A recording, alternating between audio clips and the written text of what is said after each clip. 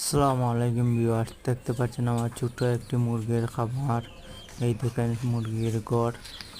এখন আমার দেখবেন জুটিওয়ালা একটি মুরগি, এটা ডিম করে নেবে একজন, আর একটা হলো রাজ্য জাতীয় একটি মুরগি।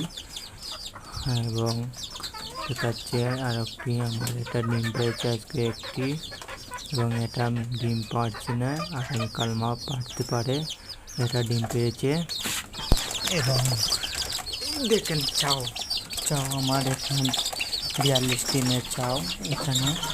এবং আমার এই দেখেন পাহাড়ি বনমুরগ, সেটা প্রতিদিন ডিম পাচ্ছে, বড় হিংস্র প্রাণী।